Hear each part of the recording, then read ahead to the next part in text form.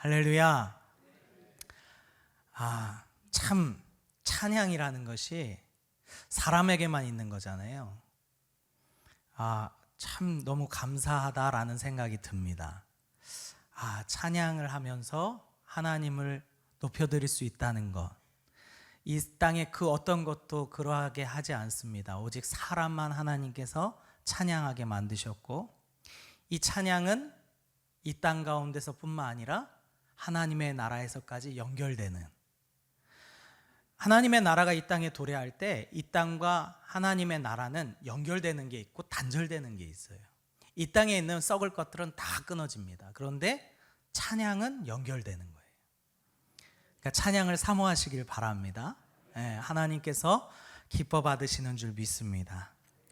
자, 오늘 말씀의 제목은 예수의 시체를 달라입니다. 예수의 시체를 달라. 그 에드워드 목사님께서 목회하실 때에 옆에 교회 옆에 방탕하고 술 취하고 주정뱅이가 살았는데, 어느 날 이 사람이 이 에드워드 목사님 앞에 오더니 얼굴이 사색이 돼서 목사님 제가 어떻게 합니까? 라고 막 물어보는 거예요. 그래서 무슨 일입니까? 라고 물었더니 자기가 꿈을 꿨는데 만일 너가 회개하지 않으면 내년 오늘에 너를 데려갈 것이다, 이렇게 꿈에서 말씀하셨다는 거예요. 그러니까 이 에드워드 목사님께서 그러면 당신의 그 방탕한 삶을 다 청산하고 당신 술 먹는 것도 다 끊고 이제 교회에 착실히 나오세요. 그러면 하나님께서 끝까지 지켜주실 겁니다, 라고 그렇게 언급을 한 거예요. 이 말을 듣고 이 주정뱅이가 결심을 하고 술과 도박을 다 끊어냅니다. 그리고 교회에 열심히 출석합니다.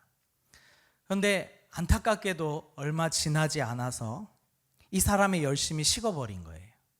목사님께서 그 사람을 권면하고자 찾아갔어요. 어쩌자고 그 열심을 잃어버렸습니까? 그랬더니 그 주정뱅이가 목사님한테 하는 이야기가, 목사님 그 꿈을 믿으세요?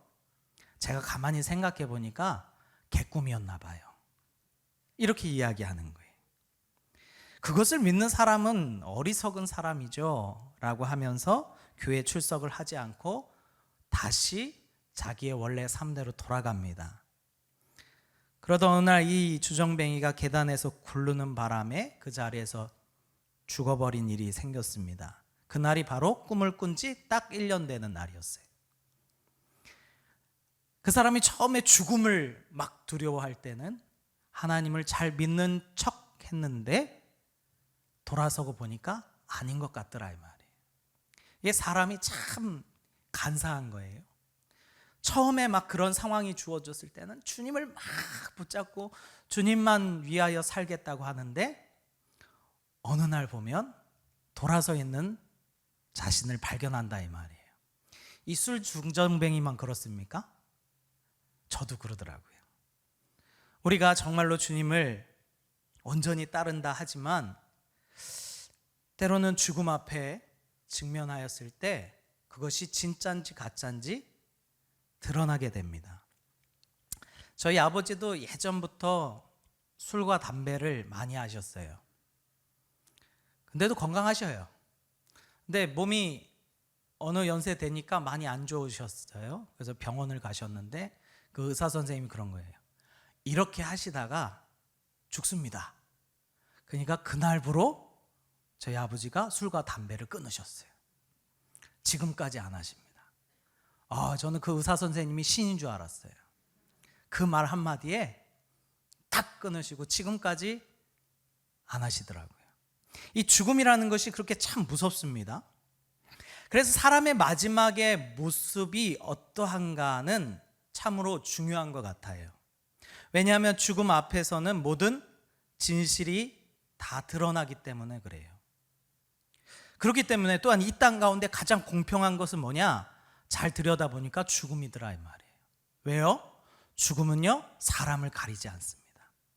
그 누구에게나 예외가 없고 모든 사람들에게 동일하게 적용됩니다. 잘생겼든지 못생겼든지 전혀 상관없어요. 부자든지 가난하든지 많이 배웠든지 많이 배우지 못했든지 죽음이라는 것은 동일하게 다가오는 것을 보게 됩니다. 우리 가운데 누가 그 죽음을 벗어날 수 있겠습니까? 그렇기 때문에 참 안타까운 사람들을 보는데, 그 어떤 사람들이냐면 마지막 죽음 앞에 섰을 때에 하나님을, 예수님을 부인하는 사람들. 그 사람들은 참 너무 안타깝다. 나름 평생 주님을 위해서 산다고 살았는데 마지막 죽음 앞에 딱 닥쳐보니까 이게 다 무슨 소용이야. 이제 죽게 되었는데 이게 다 무슨 소용이야. 이렇게 하고는 믿음에서 돌아서더라라는 거예요. 오늘 우리가 읽은 말씀의 배경은 우리가 잘 알듯이 예수님의 죽음 이후에 벌어진 사건들에 대하여 기록하고 있습니다. 예수님의 죽음을 바라봐야 했던 사람들의 모습을 이 앞에 부분에 보여주고, 그리고 그 사람들은 예수님의 죽음을 보면서 자신들의 죽음도 바라보게 됐어요. 대표적으로 누굽니까? 예수님의 제자들. 예수님이 죽는 그 순간 제자들도 자신들의 죽음을 봤어요. 야, 이러다 우리도 죽겠다. 그래서 그 제자들의 모습은 어떠했습니까? 예수님께서 십자가에 달리실 때 그 밑에 누가 있었어요? 다 흩어졌어요. 다 흩어졌어요. 그래서 이 마태복음에는 예수님께서 이렇게 말씀하십니다. 우리 31절, 26장 31절 같이 한번 읽겠습니다. 시작. 그때 예수께서 제자들에게 이르시되 오늘 밤에 너희가 다 나를 버리리라. 기록된 바 내가 목자를 치리니 양의 떼가 흩어지리라 하였느니라. 하나님의 그 구약의 말씀이 성취가 되는데, 안타깝게도 예수님의 제자들은 안 좋은 말씀을 성취하는 자로 쓰임받았어요. 그 목자가 매침을 당할 때에 그 양들은 어떻게 됩니까? 다 흩어질 것이다 라는 거예요. 우리가 너무나도 잘 알듯이 베드로는 어땠습니까? 베드로는요, 예수님께서 내가 예루살렘에 올라가 죽게 될 것이다 라고 이야기하니까 베드로가 결코 그런 일이 없습니다. 내가 죽는 데까지 주님을 쫓아가겠습니다 라고 얼마나 당당하게 이야기했는지 몰라요. 근데 우리가 너무나도 잘 알듯이 결국 베드로는 예수님을 부인하게 됩니다. 그 장면이 마태복음 26장에 나오는데요. 우리 74장 74절 75절 같이 한번 읽어보겠습니다. 같이 있습니다. 시작. 그가 저주하여 맹세하여 이르되 나는 그 사람을 알지 못하노라 하니 곧 닭이 울도라. 이에 베드로가 예수의 말씀에 닭 울기 전에 내가 3번 나를 부인하리라 하심이 생각이 나서 밖에 나가서 심히 통곡하니라. 저는요, 이 베드로 이 75절 마지막 부분에 너가 나를 3번 부인하리라 하심이 생각이 나서 밖에 나가서 심히 통곡하리라, 이 말씀이 얼마나 짠하게 들리는지 모르겠어요. 베드로가 그 닭 우는 소리를 딱 듣는 순간 예수님의 말씀이 딱 생각이 나고, 아, 내가 예수님께서 하신 말씀대로 예수님을 부인했구나라는 것을 딱 깨닫는 순간 이 베드로가 저 문 밖에 나가서 통곡하며 우는 거예요. 통곡하며 우는 거예요. 나가서 심히 통곡했는데 왜 그랬을까? 그게 자기 마음대로 안 되더라 이 말이에요. 베드로는요, 될 줄 알았어요. 자기가 예수님이 죽는 데까지 쫓아갈 수 있을 줄 알았어요. 근데 안 되더라 이 말이에요. 그러니까 베드로가 통곡하며 우는 거예요. 왜 내가 이게 안 될까? 예수님의 제자라는 것을 인정하고 그곳에서 발각되는 그 순간 자신의 모든 것을 잃어버리게 된다는 그 두려움이, 심지어 자기의 목숨마저도 잃게 될 것이라는 그 두려움이 결코 베드로가 이길 수 없는 두려움이었다 이 말이에요. 우리에게는 쉽겠습니까? 베드로도 안 되는데 이게 쉽지 않은 거예요. 근데 오늘 말씀해 보면 전 참 희한하다 생각이 들어요. 희한한 사람 2명이 나옵니다. 우리가 아까 읽었던 것처럼 제자도 해내지 못했던 그 일을 이 2 사람이 해내요. 누굽니까? 아리마대 요셉하고 또 누굽니까? 니고데모가. 네. 아리마대 요셉하고 니고데모가 예수님께서 죽는 그 순간, 제자들이 다 흩어지는 순간 그 둘이 갑자기 등장해요. 그래서 뭐라고 말합니까? 예수의 시체를 달라 말합니다. 예수의 시체를 달라. 이 두 사람은요, 예수님의 사람으로서는 가질 수 없는 특이한 이력이 있습니다. 먼저는 무엇입니까? 산헤드린 공회원 의원이었다는 거예요. 우리 누가복음 23장 50절 51절 우리 같이 한번 읽어보겠습니다. 시작. 공회의원으로서 선하고 의로운 요셉이라 하는 사람이 있으니 그들의 결의와 행사에 찬성하지 아니한 자라. 그는 유대인의 동네 아리마대 사람이요 하나님의 나라를 기다리는 자라. 누굽니까? 아리마대 요셉. 근데 이 사람은요, 산헤드린 공회원이에요. 즉 바리새인이나 제사장이나 이러한 서기관들, 그 시대에 아주 주축이 됐던, 지금으로 말하면 국회의원이죠. 그 나라를 다스리는 국회의원으로서 아주 높은 자리에 있는 사람이 바로 이 아리마대 요셉이에요. 근데 이 아리마대 요셉이 예수를 달라 한 거예요. 예수를 달라 한 거예요. 또 누가 등장합니까? 우리가 잘 알듯이 니고데모입니다. 니고데모는 어떤 사람입니까? 우리 3장 1절인데요. 같이 읽어보겠습니다. 시작.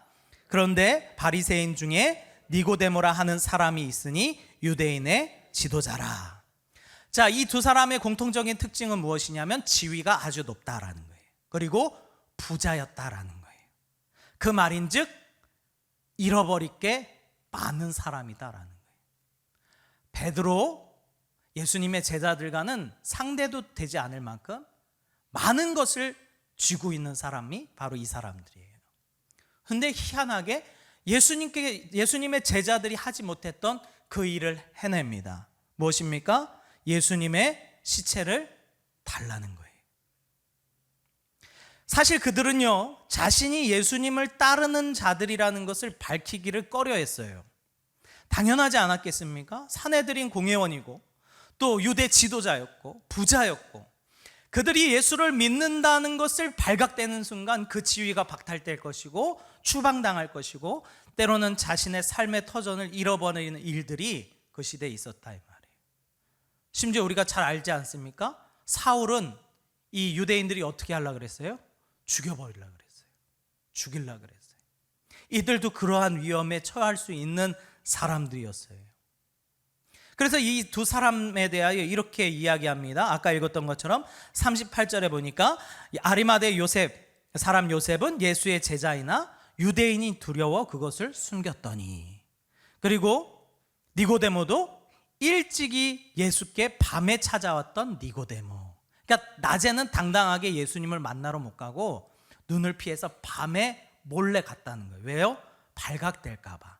자신이 예수를 따르는 것을 발각될까 봐. 그런데 그들이 아주 이상한 행동을 합니다.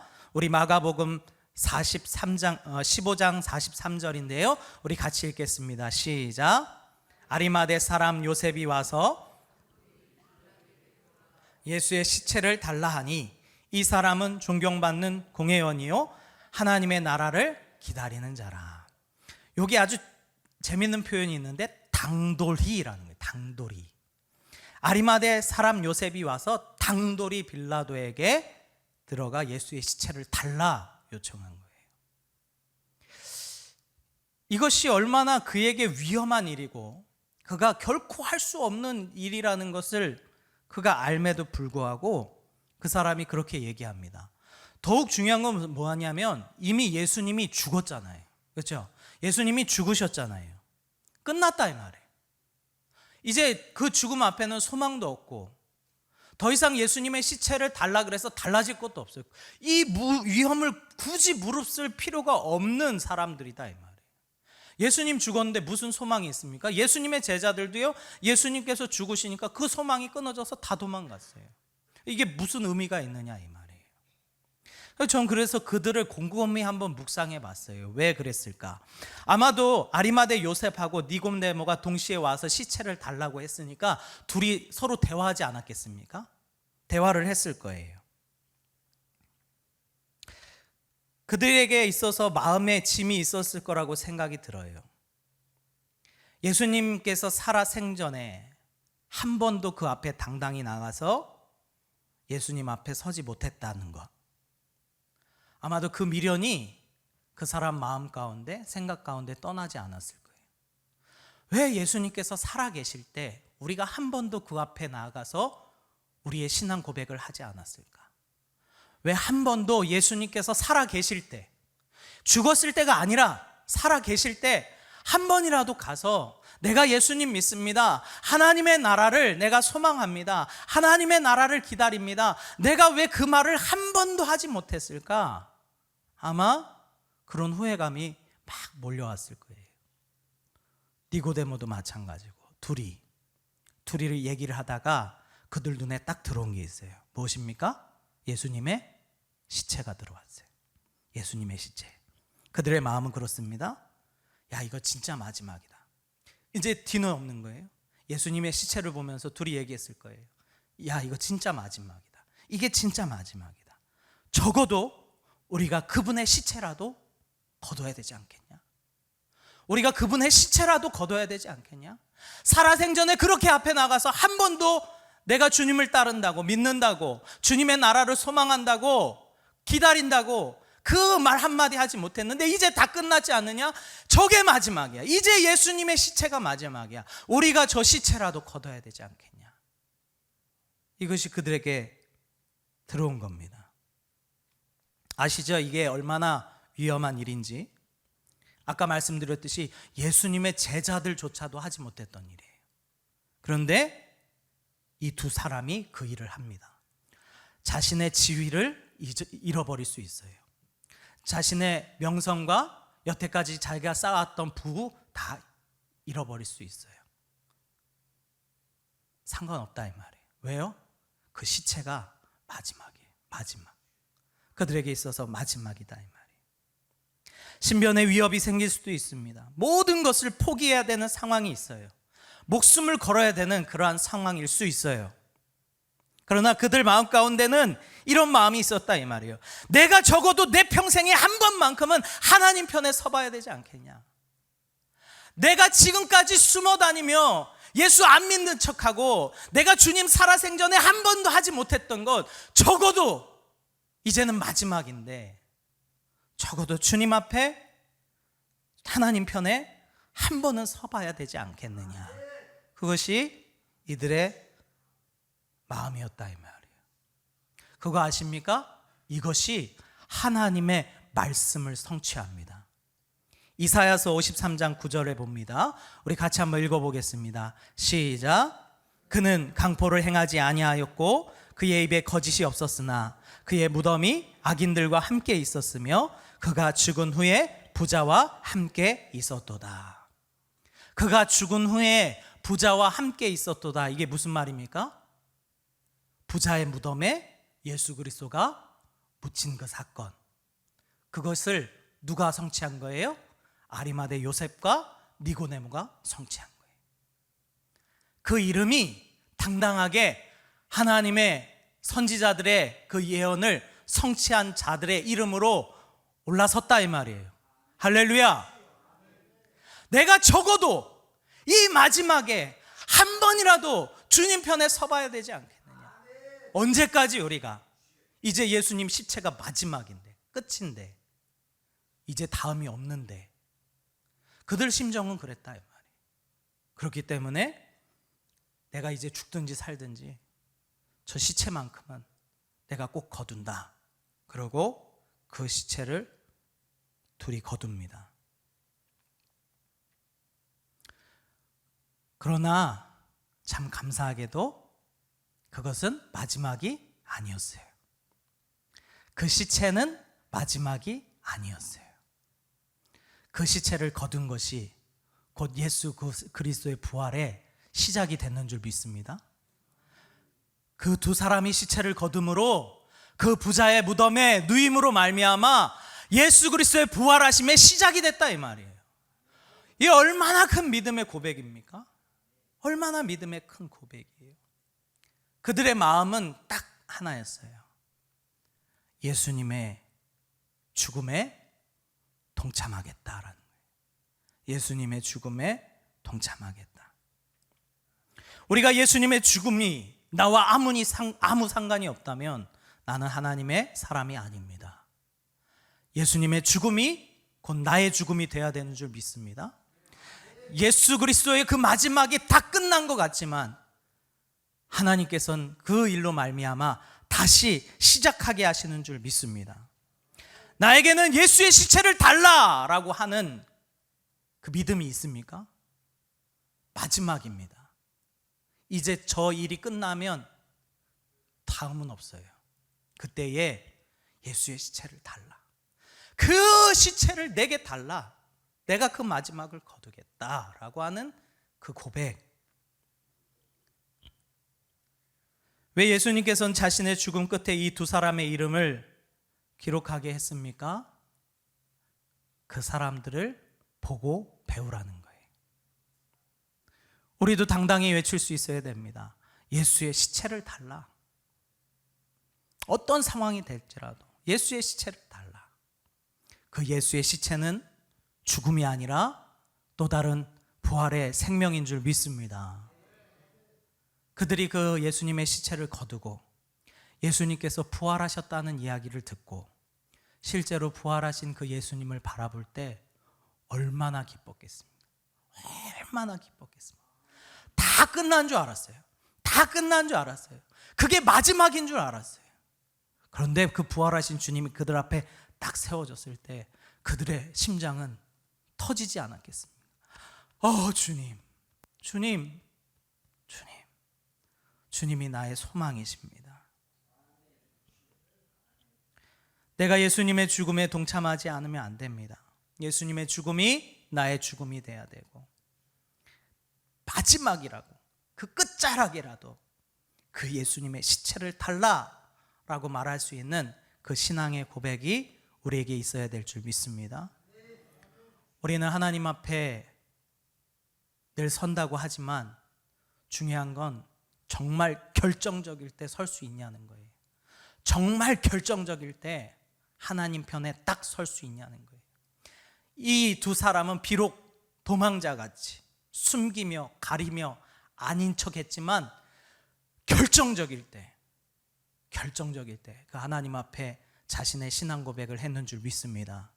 그러기에 오늘도 우리에게 이러한 믿음이 있기를 소망합니다. 제가 보니까요, 믿음의 사람들이 살아가는 것은 다 거기서 거긴 것 같아요. 나름 자기의 위치에서 믿음을 지켜보려고 아둥바둥 살아갑니다. 정도의 차이는 있지만 그러나 진짜 중요한 건 정말 결정적일 때 내가 하나님 앞에 설 수 있는가, 그것이 참 믿음인 줄 믿습니다. 오늘도 우리가 이 두 사람을 보며 배우기를 원합니다. 나도 결정적일 때 주님 앞에 서리라. 할렐루야. 그것이 우리가 가져야 되는 참된 믿음인 줄 믿습니다. 오늘도 이 말씀을 붙잡고 주님 앞에 한 걸음 더 나아가시는 우리 성도님들 되시기를 주님의 이름으로 축원합니다. 아멘.